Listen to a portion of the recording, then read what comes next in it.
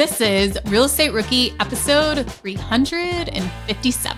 My name is Ashley Kerr, and I am here with my co-host, Tony J. Robinson. And welcome to the Real Estate Rookie podcast, where every week, twice a week, we bring you the inspiration, motivation, and stories you need to hear to kickstart your investing journey. And today, do we have a story and a little bit of motivation for you? We've got two amazing guests on the show, Justin Noe and Nate Cherubini, and they're business partners doing this real estate investing thing together. And, obviously Ash and I are big on partnerships, right? Head over to biggerpockets.com/partnerships, learn more about that. But I think today you're going to hear firsthand how partnerships kind of help you as you're going on this journey, especially for those that are new in the business. So really excited to get into today's conversation. We have a story today that involves a property in distress, a hometown bar, longtime relationships that turned sour, termites, zoning issues, and a plane ride with a wholesaler. So stick around how this can all possibly tie together. We will get into how to turn around a bad relationship with the city, taking extreme ownership, and the importance of problem solving today. So Nate and Justin, welcome to the show. We want to hear about one of your first deals together and why you guys actually decided to do a deal together. Thank you, Tony and Ashley, for having us on here today. This is huge. A lot of fun to be here with you guys. But Nate and I, we started a journey together back in 2018, where we were at a marine requirements conference, and he said real estate, and I was into real estate, and we started out as a mastermind and spent about 6 months kind of doing a mastermind. And then I had bought a deal in Florida, showed him the deal. He liked it. So him and I bought a deal together. We thought we did so awesome on the first deal together that we would buy a second deal together. And then things kind of unraveled pretty quickly from there. What were some of the reasons that you decided to partner with Nate? Did you kind of have like this checklist of here's the things that, I want in a partner? Was it spur of the moment? Can you tell us a little bit more about taking that leap into partnership? Yeah, so we knew each other in person. We both went through officer training together in 2013. And so we became really good friends there, and then kind of kept up with each other through the community. And we kind of came back together, for an event that was put on. And, we talked real estate at lunch one day. And so from there, he had actually introduced me to Bigger Pockets, and I never had heard of it. And so at the time, I drove home. I spent about 6 hours just crushing Bigger Pockets podcasts and learning so much about real estate. And I was like, I didn't even know that this was all this stuff, is in real estate. So from there, him and I, this was in December 2018. We decided in January that we would become, accountability partners. And we spent, 5 to 6 months working as accountability partners, giving calls every week, holding each other accountable to the goals that we set for that week, and, did a lot of that. And one of my goals is to buy, I had rental properties already, but I wanted to buy a property that I never lived in as a rental property. So as a Marine, you travel around, buy houses, leave, and then turn them into rental type situation. And so I was looking originally in Colorado for that, and I dropped my kids off with my grandparents in Florida in my hometown, spent the time in Denver, came back, and ended up finding a rental property in my hometown.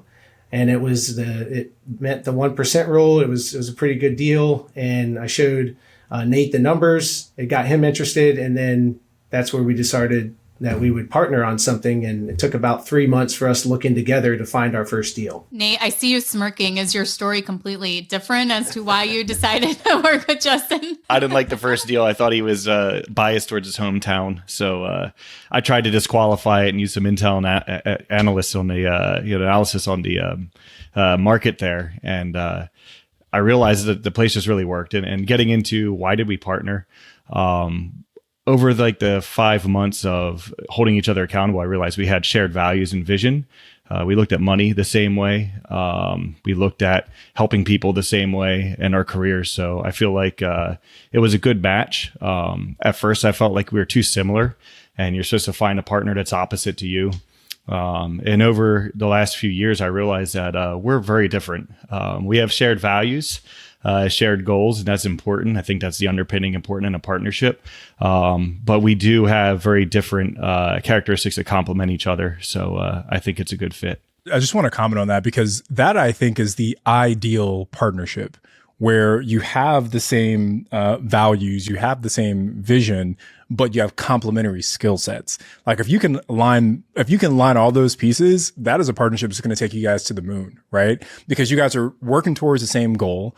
You guys value things in the same way, but yet you can be strong where one person's weak and the opposite is true as well. I think you get conflict in partnership where there is that lack of alignment, there is that lack of vision, or there's too much overlapping skill sets and now there's deficiencies in the partnership. So man, I guess how did you guys come to understand that the vision and the values were shared? Like, did you sit down and just have a discussion like, hey, tell me your vision? Or was it just more of like of an organic thing that happened over, a beer or whatever it was? We did like a vision statement. We did lay out what our goals were with our careers and our families for the next 5 years. And we zoomed out to like the 10-year and 20-year, which isn't as detailed, obviously. But if you know kind of the direction you're driving and you set that course, then we can fill in the details of where we're going to stop for gas, So we started with like the big picture. What kind of life do we want? What kind of impact do we want? How do we want to feel like we're still serving after we retire from the military? And a lot of that kind of set the roadmap for us on how we're going to operate. So unless Justin sees it differently. Yeah, no, I think that it did happen organically though. Like it was like us talking on the phone, us being in person meeting, talking through these things and these strategies. And then that culminated into us actually writing a article in the future of 2026, which I got from Brandon Turner's, one of his methods. Yeah, the vivid vision, right? Yes, the vivid vision. Yes, correct. Yeah, that's a great book for anyone who wants to read that. Starting out in this partnership and on your real estate journey together, what are some of the mistakes that you both avoided during your journey that maybe you saw other investors make? And Nate, let's start with you. Shiny object syndrome. Everything looks good. Listen to like the first 700 straight Bigger Pockets podcasts and, note investing sounds great. Land flipping sounds great. Everything sounds great. So, we came up with, more detailed, plan of what we're going to go after, like our buy box, and, tried to stay focused on like, what do we have to do this month, this week, this day to make progress, and less about like, do we need to set up an LLC now or next month? Do we need liability insurance? Like, after we have 10 units or before. So like, instead of worrying about all the things that are distracting, we just kind of broke it down. What do we have to do today? Like, who do we need to call today, and try to make it manageable? I just want to add to that because the shiny object syndrome is such a real thing, especially for people that are entrepreneurial.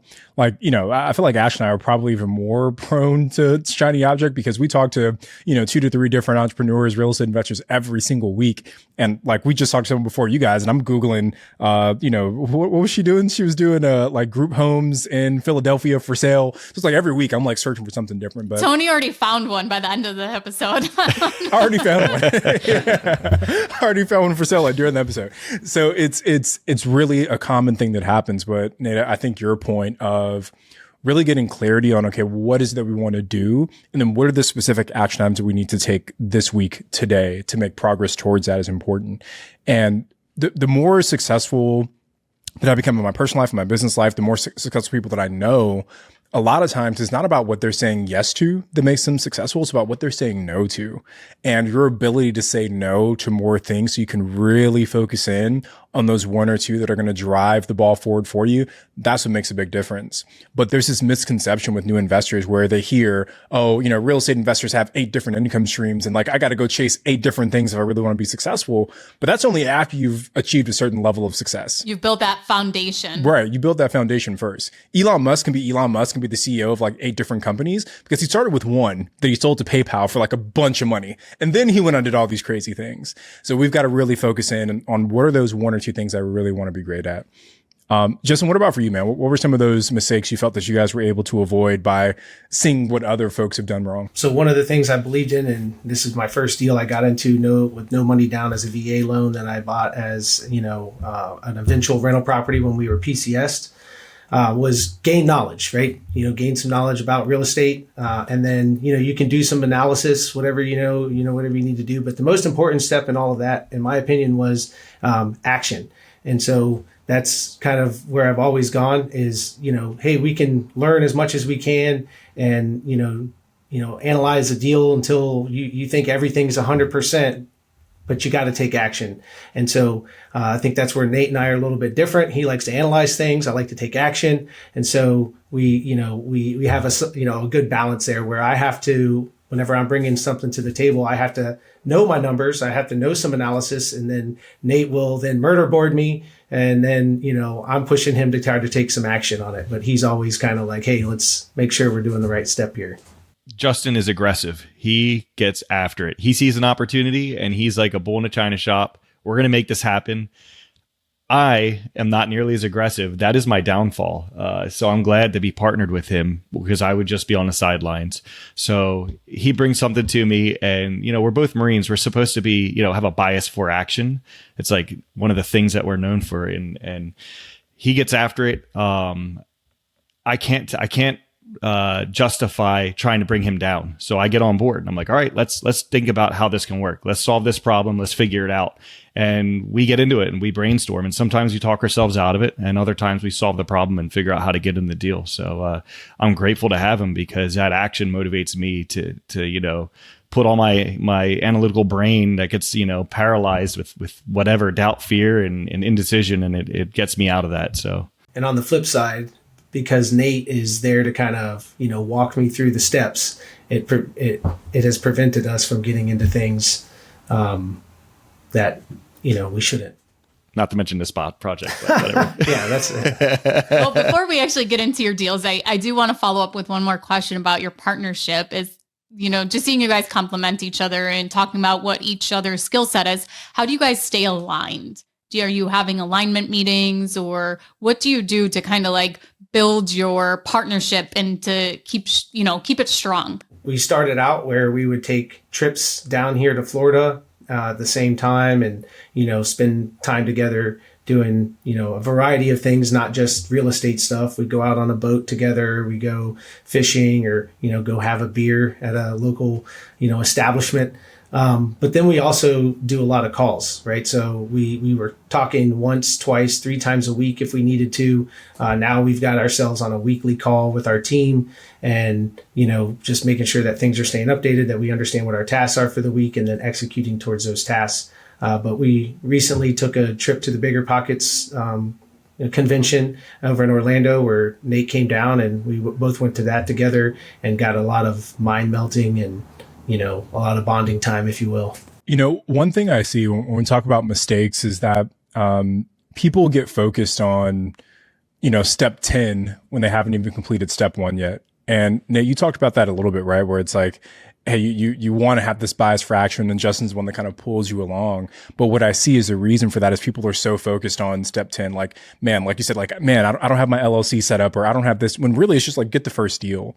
So I guess how have you guys avoided that mistake? Like what's allowed you to really focus on just that next action? We look at what the problem is. So we spend a lot of time talking about the problem, the Marine Corps calls it problem framing. We sit there and say, what are we trying to solve right now?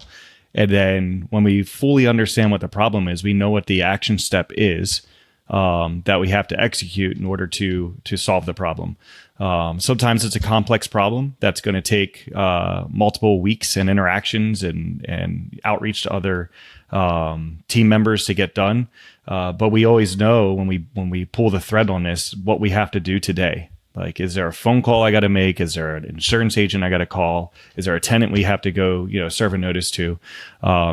We just are, I think, pretty well aligned at identifying a problem and coming up with that next action step instead of getting bogged down with all of the steps. We're not going to try to eat the whole elephant. We're going to take a bite right now. I think you couldn't have said it better, right? It's like, what is the next action that I need to focus on today, right now? And as long as you focus on that one thing, you're going to make meaningful progress towards whatever goal you set for yourself. But something you said, Nate, that I want to circle back to because I feel like this is a really important thing for Rickies to understand is that oftentimes we jump into problem solving without problem clarification first, right? Like we don't even really know what the problem is, but we're throwing all these things on the wall trying to see what sticks, when really, if we just spent a little bit more time up front getting extreme clarity on what the actual issue is, then it becomes easier for us to solve that problem. So say that say that you haven't bought your first real estate investment deal yet because nothing fits your budget. And, you're doing all these crazy things to try and do creative financing and this, that, and the other, when really it's like, hey, if I just worked like an extra shift every week for the next 6 months, I would have the money I need to buy my first deal. Right. And now you can put all that energy towards that one goal. And now you're in the right position. So I guess, maybe not going too far off on a tangent here, but I think it's an important thing to understand. How do you guys go about getting extreme clarity on the actual problem? Like, what is you called it problem framing. I've never heard that before. But like, what is the steps to actually do that? When you're problem framing, you're looking at what your current situation is, what your desired future situation is, possible things you can do to get from where you're at to where you're trying to go. You list out things that are facts. You list out things that are assumptions.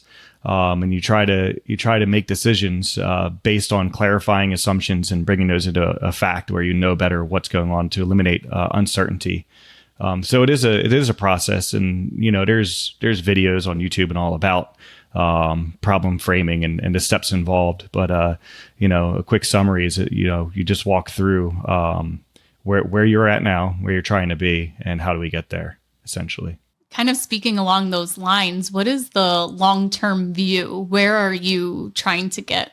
The long-term view that we initially discussed was, hey, we want to build a portfolio of 100 units, right, that are all cash flowing a minimum of $250 a door. Like, probably every newbie investor, decides they want 100 doors or something, a variation of that, and it's producing enough cash flow so they can go and live the dream of, flying around the world and, playing golf every day.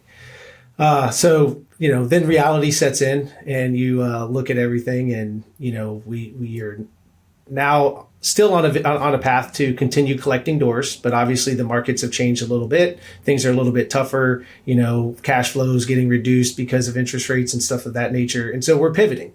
And so we look at other opportunities to, how do we raise capital inside the company so that we can then go and park it into an asset. So now, instead of looking at real estate as a cash flow, to set us up for the rest of our lives, we're like, well, how can we find some active things inside of real estate to produce capital, to go buy assets, to then continue building that portfolio in these tougher times? Yeah, I don't know that we have a well-defined end state as far as like metrics. I think it's more of the lifestyle. Yeah. We're both going to be okay because of our military retirement and medical coverage and all that. That we'll make ends meet. That's not the problem. So cash flow is less important at this moment. It's more about building that sustainable foundation, parking, hedging against inflation. Having something to teach our kids, how business works, how working with people, how to manage things, how to manage projects. We both have 4 children. We want them involved as much as possible.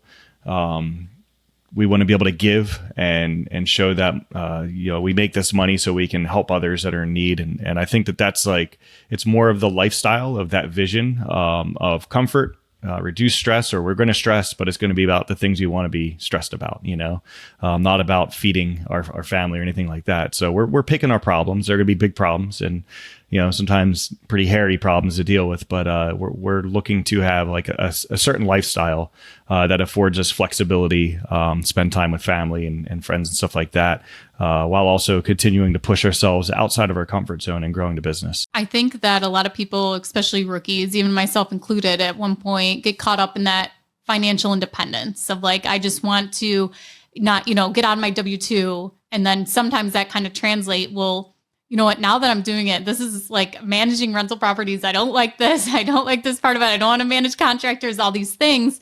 And that's where the mindset shifts.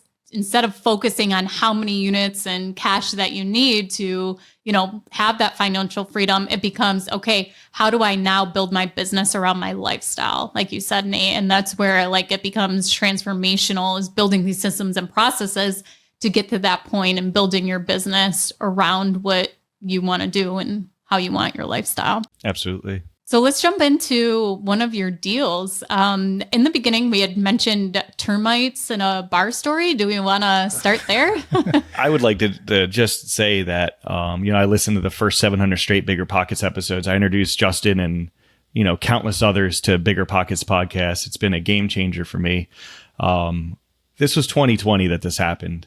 And there's a pandemic and murder hornets and a Tiger King. I mean, stuff was weird, And when the dust started to settle, I looked at Justin and said, if we ever go on Bigger Pockets, not that we ever would, but if we ever did, we're going to have to talk about the anatomy of a disaster and just like say how we lost $100,000, And at Bigger Pockets Conference 2023, Mindy approached us and out of the blue asked if we had any stories where we lost money that we'd like to share. And me and Justin just kind of looked at each other over our beers and said, "Oh, we've got a story.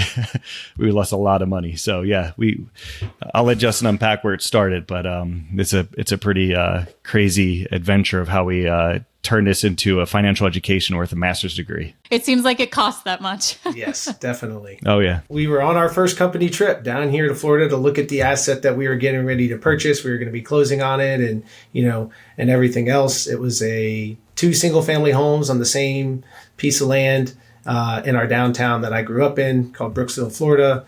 And, so we were down here hanging out. We ended up doing some boating with my brother at the time, really kind of building our relationship and kind of showing Nate the town because he had never been here and he was getting ready to invest down here.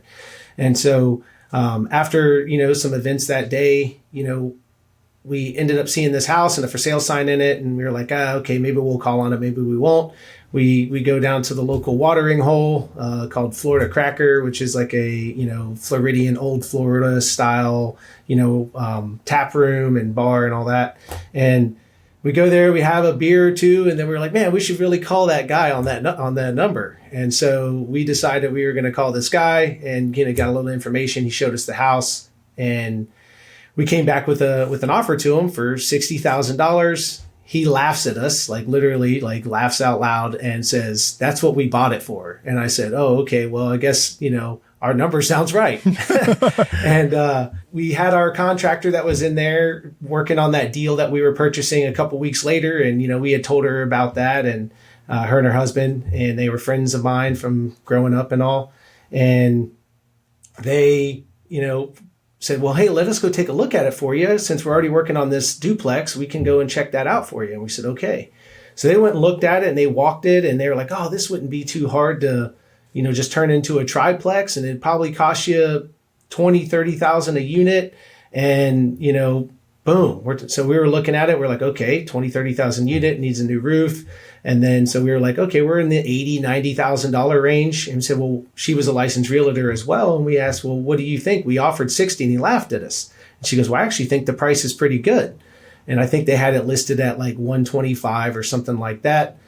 So we ended up offering, well, let's put an offer in at 115 and go from there. So we did that. And we ended up buying this property. So let me ask something just really quickly, Justin. So you initially offered 60, you went almost double to 115. What was the thought process in between like those? That's wildly different. What was the thought process there? Yes, great question. So based off of what the general contractor and the realtor had told us, right after they walked the property and kind of gave us some numbers, we were like, oh, well, this isn't too bad. We were thinking that it needed like a $200,000 rehab, just based off of some knowledge that we had, right? And so we were looking at it like, well, then if it was a triplex, which we didn't account for that, we were just thinking a duplex. We're like, okay, now it cash flows even better. So we were just running the numbers based off that. So we were like, okay, at 115 plus $100,000 rehab, you're in it for 215. It produces gross rents of around $2,800 to $3,000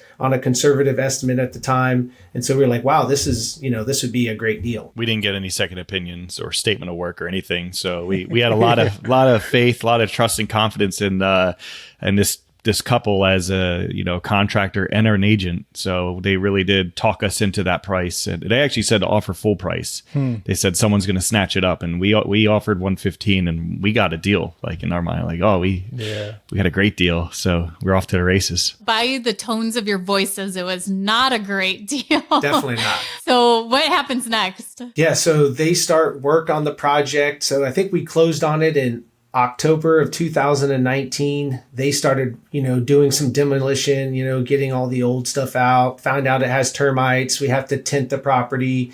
They painted the outside for some reason before, that's usually like the last thing that you do, but they painted the outside and we got a new roof put on there, and that was all done like before the new year while they were waiting on permits from the city.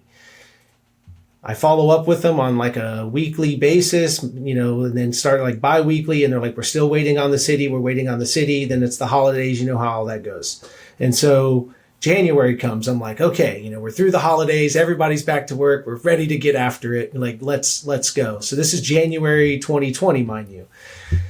We're still having problems with the city at the time. The city planner and all this other kind of things were happening with them, and they were holding up our permit, and they kept asking for more and more information. Then they wanted us to have architectural plans. So we pay for our architectural plans for everything that we're trying to do. And we're still going through that, following up every week. Nate and I had our scheduled 6-month trip come up, February 2020, at the end of February of 2020. Just think about what's going on at that time in the world. Nobody knows what's laying under the surface at the time. And so we have our trip. We have a great time. We meet with the contractors, they show us the plans. They say, hey, we're almost there. We're getting ready to, get the approval from the city for this. COVID happens. The city's like, yeah, we're not allowing you to approve this plan because it's not zoned as multifamily.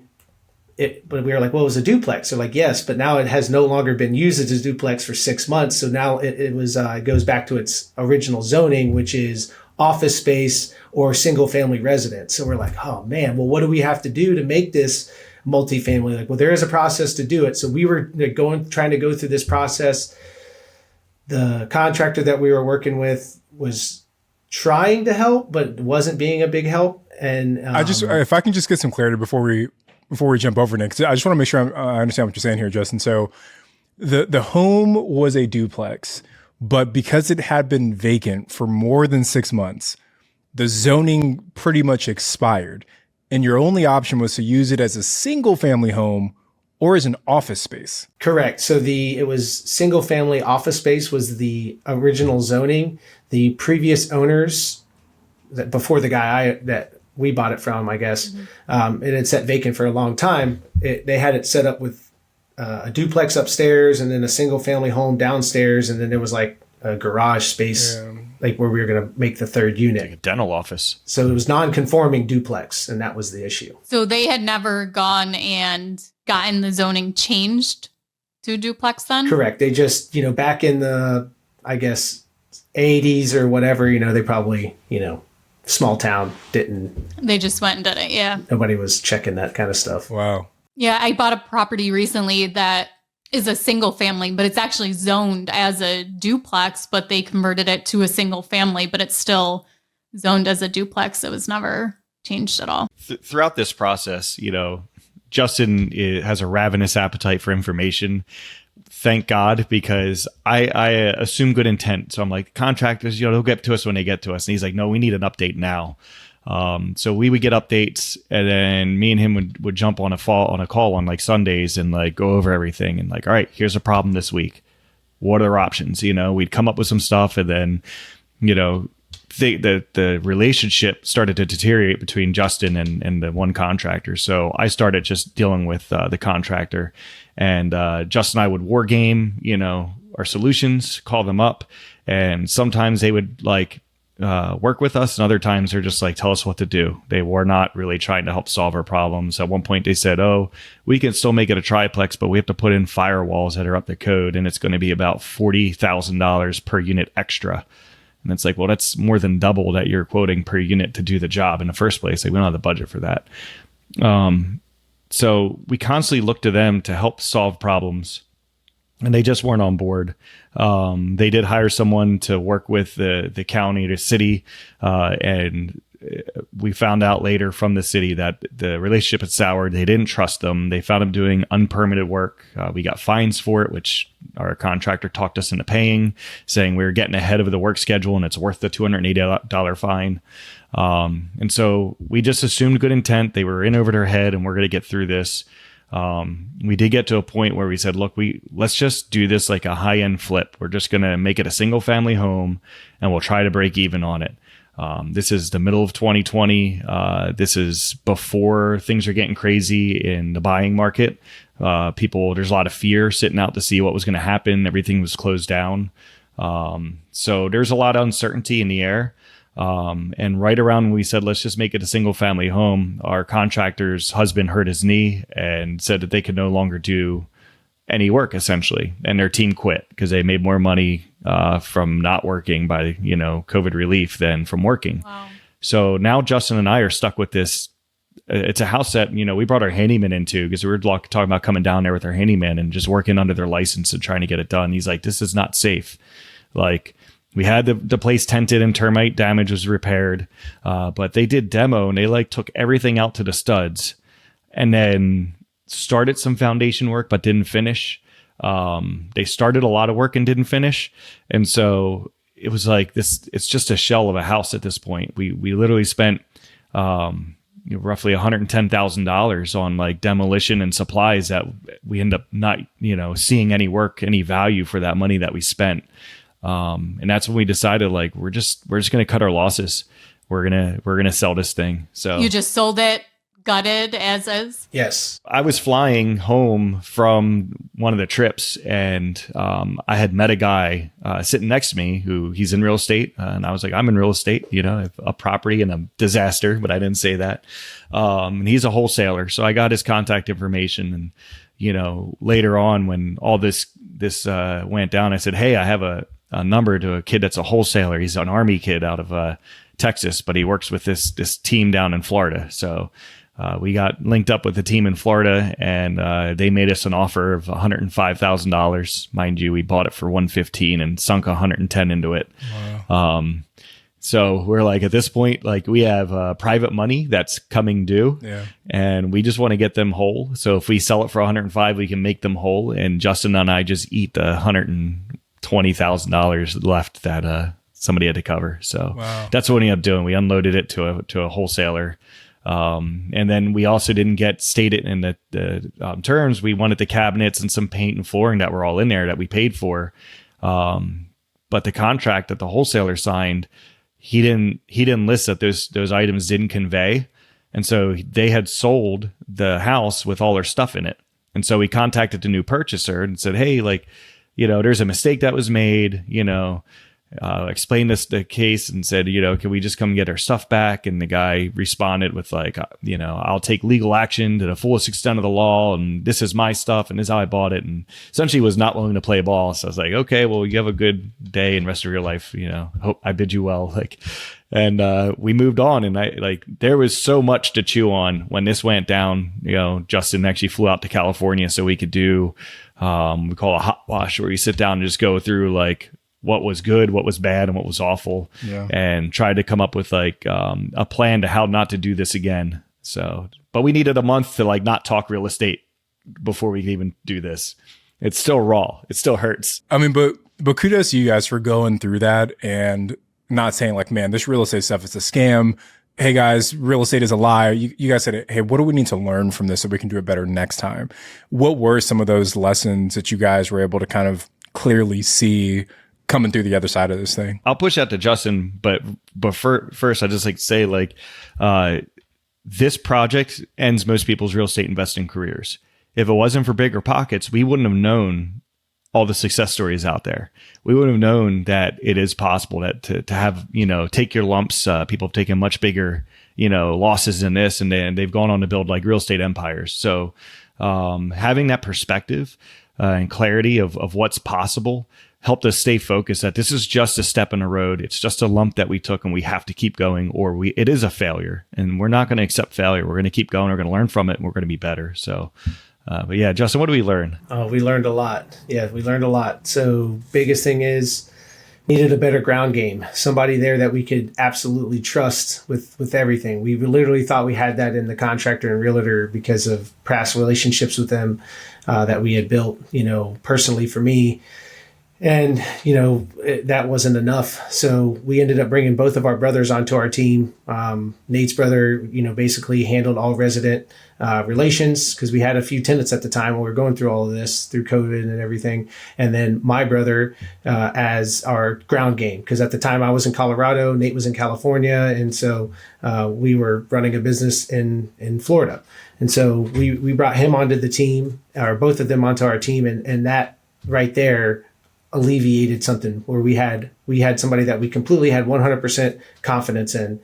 So my brother Seth, and we brought them on the team in 2021. We then were able to scale, quite a bit more deals just in that year alone. And the other thing that we learned was all of the stuff that happens with the city and, how to navigate that effectively and how, not to get on their bad side, I guess, if you will, which, they're the government, so they shouldn't be, giving bad treatment to you. But we now navigate things differently. We like, let's make sure our permits are in. Let's make sure that, we need a permit. Do we, what's the schedule of work going to be? We get multiple quotes on certain jobs. If it's a bigger job, we're going to get multiple quotes on there, or, we're going to use a guy that we know for a fact 100% is going to do us right because he's done us right on, past deals. And so we really look at those types of things as big lessons learned, having a strong ground game, doing things within the law the right way, building good relationships with people, and then having people that you trust to do the work and then do it in a timely manner. One of the first things you said there was really building your team. So you took on these 2 team members. How did you structure that? Or did they become equity partners? Are you paying them a salary? How did that work that you were able to bring on 2 people and it worked out for you financially, I guess? Yeah, absolutely. That's a great question. So we did bring them in as equity partners. We took the lump, Nate and I did, on the big loss that we had in 2020. And, we basically started with what we had, which was just a couple units at the time. And we said, hey, we're going to give you guys each 10%, 10 from mine and 10 from Nate's. So each of our brothers got 10%.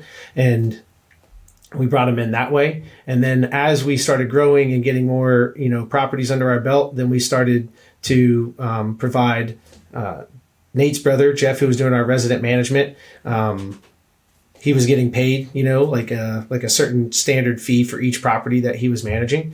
And then my brother, Seth, he already had a lawn business or, landscaping business that he had. So we were paying him to do all the lawn care. There was 2 things. We made sure that the lawn was getting done every month or every couple of weeks. And we had somebody having eyes on the property, on a routine basis to, inform us if there was some kind of issue, that was going on site. We learned that we had to manage our relationships better. The city planner was like the first thing we had to make amends to and take ownership and say, hey, like we trusted our contractor.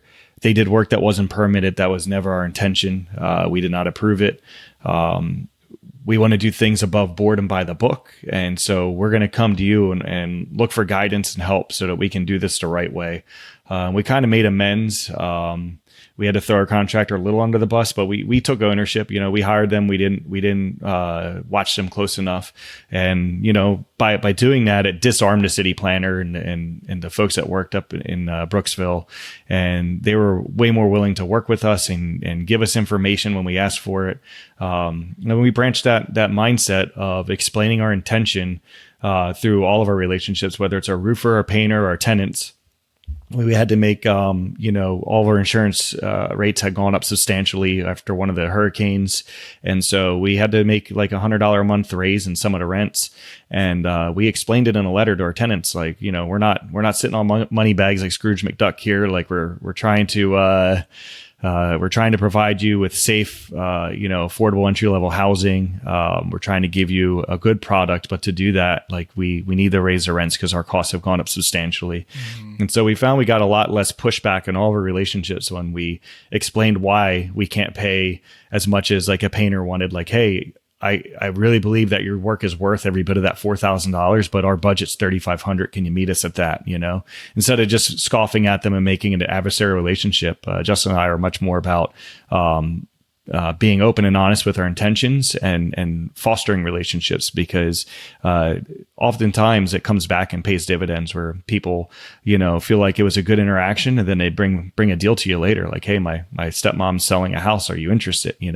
So I think you put that good energy out in the universe and it comes back, tenfold. So Nate, Justin, what would you say is like one missing component that you think a lot of rookie real estate investors might be missing? A big part of what's helped me get to where I'm at is working on mindset. And the foundation of mindset is physical fitness.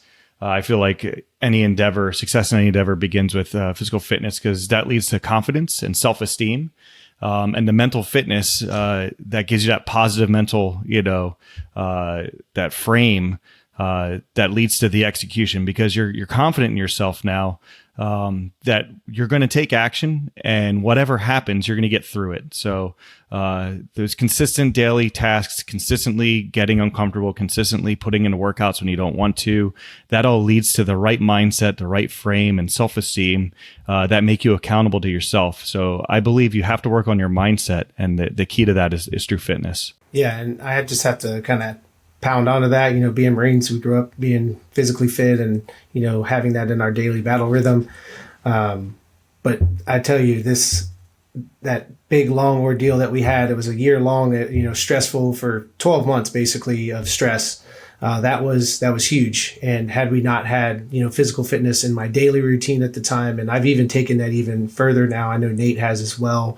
And I focus on mental toughness type things every day, getting uncomfortable every single day in something, whether it's a cold shower, whether it's going out in a snowstorm to run, or a rain, thunderstorm, whatever the case may be.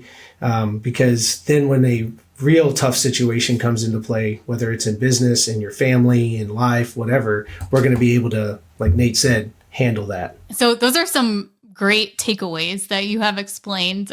There's one thing though that I am very curious about, as to you've paid for these master, degrees and with this property.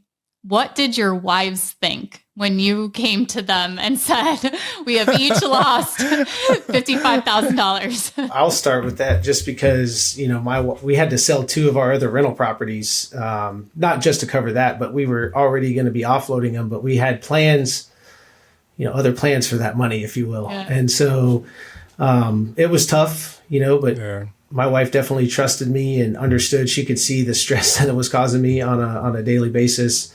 And she did trust me to figure it out and learn from it. And now she's partnered with me and on a few other deals. So it has worked out in the long run. We've learned a ton from it. And I know she's learned a ton just by watching how that all transpired, excuse me. Yeah, I mean, it was just open communication. I didn't hide anything. And, when things were going sour, I think she was looking the same way we were, just to like minimize the bleeding, at this point. And so when we got out of it, it's just like a sigh of relief, like, okay, that's done. It really sucked. We had to take out a loan to cover some of the things that we had purchased, and it's like, okay, like I'm just going to have to grind this out, and there's a light at the end of the tunnel. Kids are fed, like we're comfortable. So I guess because we didn't have to really be put in a bad situation financially, we were able to weather the storm. It sucked, but I think that they kept faith in us to get through this. Yeah, I asked that question just because I think it's so important to have your family involved in what your vision is, that you're in alignment with not only your business partner, but your family too, as to like, this is what I'm working for and this is what I'm trying to do. Even if they're not part of the day-to-day operations or anything like that, having a supportive, significant other can make such a huge impact. And when you do have these ups and downs, like having somebody that's going to, motivate you and stick with you, like especially when there are those downs. And that's just one of the really big questions we get from listeners as to how do I get my spouse on board? And I think there's that big difference of, being that support, being there with you through the ups and downs. And that doesn't mean they have to be your leasing agent or be your bookkeeper. They don't have to be involved in the day-to-day. So that's great that you both have supportive spouses? The biggest thing is you have to ask them what their concerns are, what their fears are, and acknowledge it. Even if it's irrational, like, oh, you're going to have to be fixing toilets at 2 a.m., like, I understand, like, that's a concern, and we can have a plan so that when there's a call at 2 a.m. to fix something, like there's stuff that happens before we get a phone call. So we're not going to be disturbed, but to get the spouse on board, you just have to be clear about your intentions and listen to them and their concerns, and not to make it an argument, but just to hear them, because that's like the whole point of communication, is so that we understand each other. So I think going into it without an agenda, just to be open about where you're trying to go and try to put their fears at rest with, action, that helps. And one thing that I just happened to be lucky doing at the time was going through a public speaking class for a college course I was going through. And one of the things that I was learning at the time was BRRRR strategy. And so I had to give a speech on, something. And so I just chose the BRRRR strategy because I had been reading the book, listening to podcasts and everything else. And I used my family, my wife, my daughters and, some, friends that were over to give them the class prior to me going in and actually giving the, period of instruction and everything. And so that was an opportunity for me to actually like explain the process and how I viewed it. And it actually got her on board with the process, once I understood it so well that I could actually explain it in a way, even though I hadn't had a successful one yet at the time. Everyone listening is creating a PowerPoint slideshow right now to present. I'll send it to them. I'll send them an example I used. We'll put it in the show notes for today's episode. Yeah. Nate, Justin, so many good nuggets throughout this entire conversation. And we appreciate you guys being transparent about not just the successes of being a real estate investor, but the downsides as well. Like, Ash and I have done episodes on our failures. I just had a 6-figure flip that failed last year. So like, I know how that feels, right? Like when you think something's going to turn out one way and for one reason or another, it turns out the complete opposite. But it's the courage to move forward after those failures that really, really makes you successful in the long run. So I want to take us to our Ricky reply. And for all of our Rickies that are listening, if you want to get your question featured on the show, head over to biggerpockets.com/reply. And we just might use your question for the episode. Today's question comes from Jonathan E. And Jonathan's question is, would a hard money / private money loan be advised against as a first-time flipper? I'm not too keen on how rates and financing work. Do I need bids beforehand, or will a hard money or private money lender help me work with the GC they have a history with? Man, that's a great question. The first deal that we did not use private money. We went and got a traditional loan, but the second one we did use private money, and Nate went and pitched this deal that was a disaster to them, right? In the end, and they had no clue where Brooksville, Florida was. And in subsequent deals, that we used private money for the same thing, where people didn't know where that was, where the area was, and they were buying in on us, and the fact that they trusted us with their 100,000, 200,000, 60,000, 15,000, however much that we had to do to raise the money, they trusted us, and that we could get it done, and that we would make them whole no matter what, and that was actually a big plus I didn't think about. From the failure is we actually are open about it to people. We're like, hey, look, we failed here. We could have, lost these investors money, but we made every way possible. We sold stuff to make them whole again and give them exactly what we said we would give them. And so, if you are a trustworthy person and you can prove that to someone else, I think you'll have plenty of opportunities to find money to get a deal done. I think hard money, and private money are, great tools. As far as using on your first flip, I mean, that comes down to your risk tolerance, your comfort to take a chance like that. We always come with like a prepared investors packet. Like, here's the numbers. But like Justin said, they don't really care about that. They're investing in us, and really just want to know, like, what's the interest and how long? Is it 6 months or a year? So we've done private, we've done hard money. right now, I'm a lender on the side as well. Private money hasn't gone up as high as regular mortgage interest rates. So I remember we're getting private money at 8% when mortgages were 3.5%, and private money is still around 8 to 10%. Hard money is 10 to 12% plus points. So I mean, it's not far off from a regular mortgage right now. If you can get in and get out, and it's not a heavy lift. I don't advise if rookies looking to use hard money on their first deal. I don't advise something that's like, we're going to make this into a triplex. We're going to make this into a quadplex or something crazy, rezoning and all that, because you're at the whims of the zoning and all these other factors. Do something where it's a little more cookie cutter, a roof, HVAC, premium vinyl plank floors, granite stainless, get it done, and 3-month timeline or 2-month timeline. I think if you have a more, cookie cutter approach to it, then private money and hard money is a great option. If you're going to something that's a full gut rehab down to the studs and changing walls and all that, you're taking on a lot more risk. So I would just caution that. One thing from Jonathan's question that I realized is, so the last part of his question was, do I need bids beforehand, or will a hard money lender help me work with a GC they have history with?